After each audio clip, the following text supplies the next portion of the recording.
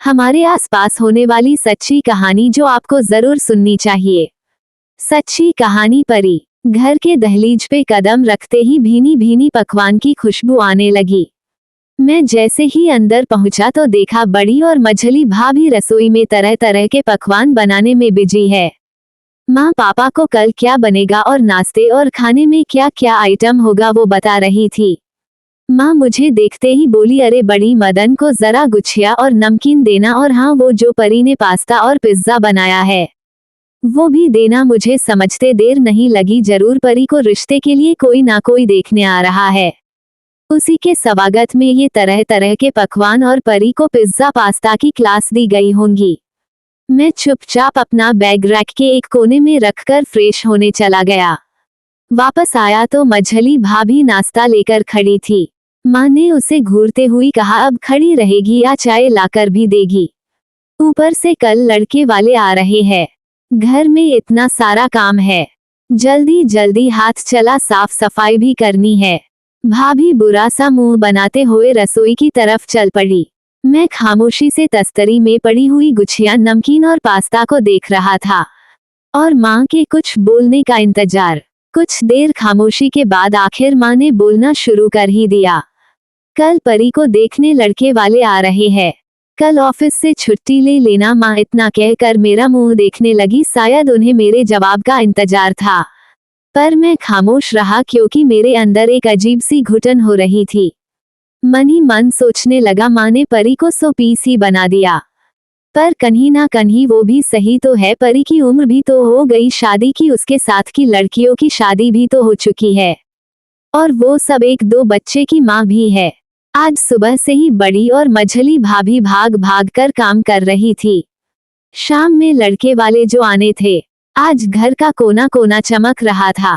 बेसन और हल्दी का लेप लगाए पड़ी एक कोने में बैठी थी और उसके चेहरे की चमक गायब थी, जिसे देखकर मुझे बहुत दुख हुआ। मैं परी के पास जाकर बैठ गया।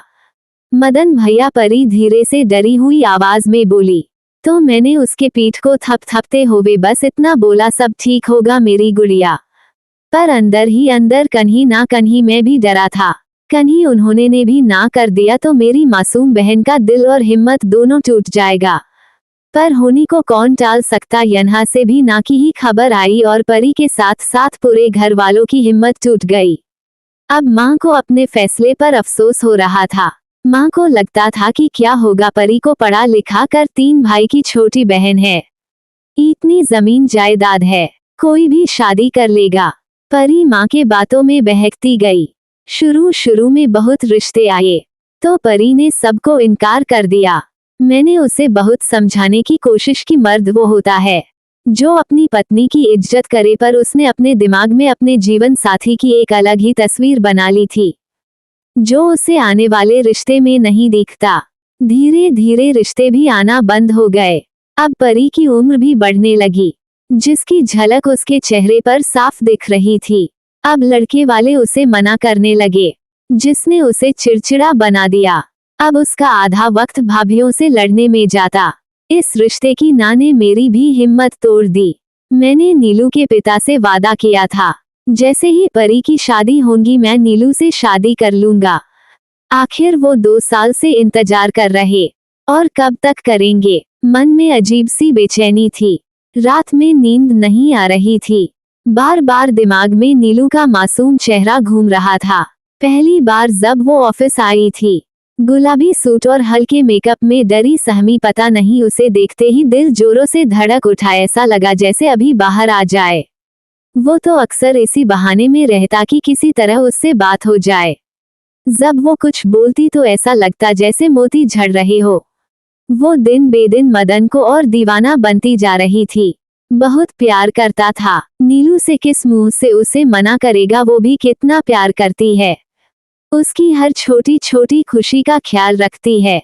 पर सच्चाई तो यही है, जब तक परी की शादी नहीं हो जाती वो नीलू को नहीं अपना सकता। कब तक उसे झूठी उम्मीद में बांध कर रखेगा। उसके माँ बाप के भी कुछ शौक अरमान होंगे, कब तक वो अपनी खुशी के लिए उनके शौक अरमानों का गला घोंटे। वो नीलू से अलग होने की बात पर ही सहम रहा था और खुद को अंदर ही अंदर मजबूत कर रहा था। पर हकीकत यही थी कि वो अंदर ही अंदर बिखर रहा था। उसे अचानक से घुटन होने लगी। वो उठा और घर से बाहर निकल गया। सड़कें सुनसान थी। आवारा कुत्तों के अलावा एक दो मुसाफिर थे जो अपनी मंजिल की तरफ जा रहे थे। एक मदन ही था जिसे मंजिल का पता नहीं। रात के 3 बज चुके थे। वो थककर चूर हो चुका था। बिस्तर पर गिरते ही वो बेसुध हो गया। सुबह आंख खुली तो दिन के 8 बज चुके थे। मदन हड़बड़ाते हुए, माँ मुझे ऑफिस जाने में लेट हो गई, आपने मुझे जगाया क्यों नहीं? इतना कहते हुए टॉवल लेकर बाथरूम की तरफ भागा। ऑफिस में लंच ब्रेक हो चुका था। नीलू और मदन कैंटीन में बैठे थे, मगर मदन की पलकें झुकी थी। नीलू हंसते हुए बोली, क्या हुआ, क्यों लड़की की तरह शर्मा रहे? नीलू, मुझे तुमसे कुछ कहना है, प्लीज तुम दिल पर मत लेना। वो कुछ कहता इससे पहले नीलू ने अपनी नाजुक सी उंगली उसके होंठों पर डाल दी। मदन, मैं तुम्हारा इंतजार जिंदगी भर कर सकती हूँ, इस उम्मीद में कि आज ना कल तुम मेरे होंगे। प्लीज मुझसे मेरे इंतजार का हक मत छीनो। मैं चाहकर भी कुछ बोल नहीं पाया। वक्त गुजरता गया। परी के लिए कोई ना कोई रिश्ता आता रहा। कभी परी तो कभी लड़के वाले उसे रिजेक्ट करते रहे। अब उसे इन सब बातों का कोई फर्क नहीं पड़ता। अब वो अपना सारा समय सिलाई बुनाई में लगाती। मेरी पोस्टिंग आगरा हो गई। माँ पापा ने थक हार कर मेरी शादी नीलू से कर दी। आज मैं 1-2 साल की गुड़िया का बाप हूँ। परी ने शादी ब्याह के झंझट से निकलकर खुद को अपने पांव पर खड़ा कर लिया। परी को सिलाई कढ़ाई आती थी। उसने खुद का बुटीक खोल लिया। परी का नीलू से बनता था। परी ने नीलू से काम चलाओ पढ़ाई भी सीख ली। सब अच्छा चल रहा था, पर कहीं ना कहीं माँ को परी का अकेलापन खाए जा रहा था। और मुझे भी, मैं जितनी कोशिश कर सकता था करा, पर रिजल्ट जीरो। अब समझौते वाले रिश्ते आ रहे थे, किसी का डाइवोर्स तो किसी की बीवी, जिसके लिए परी बिल्कुल राजी नहीं थी। संडे का दिन था, सब फुर्सत में थे। पापा और टीवी पर न्यूज़ देख रहे थे। नीलू और भाभी घर के कामकाज में बिजी थे। परी बच्चों के साथ खेल रही थी। मैं बैठा पड़े हुए पेपर को दोबारा पढ़ रहा था।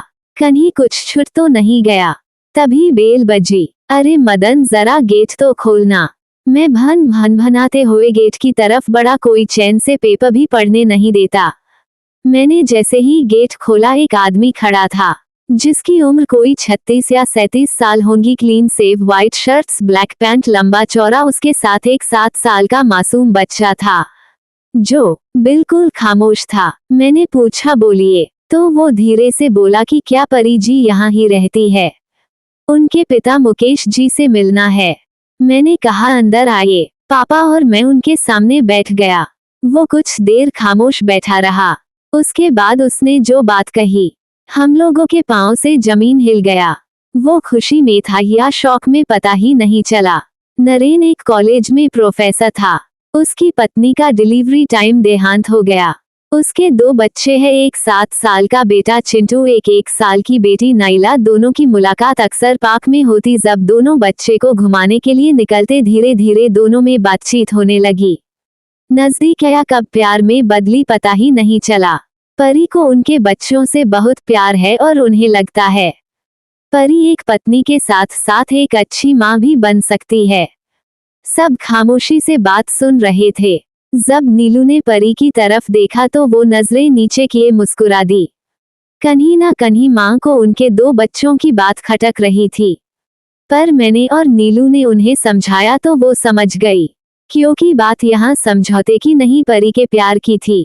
परी का रिश्ता तय हो गया। तो मैंने आखिर उससे पूछी बैठा कि क्या नरेन ही था वो राजकुमार जिसके लिए वो बैठी थी?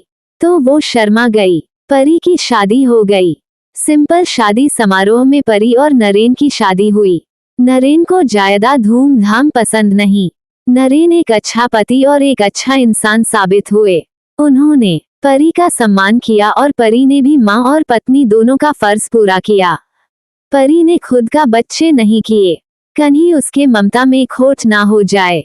नीलू भाभी और माँ ने उसे बहुत समझाया, खुद नरेन ने भी, पर वो अपने फैसले से थोड़ी भी नहीं हिली। अब परी की बात परी ही जाने।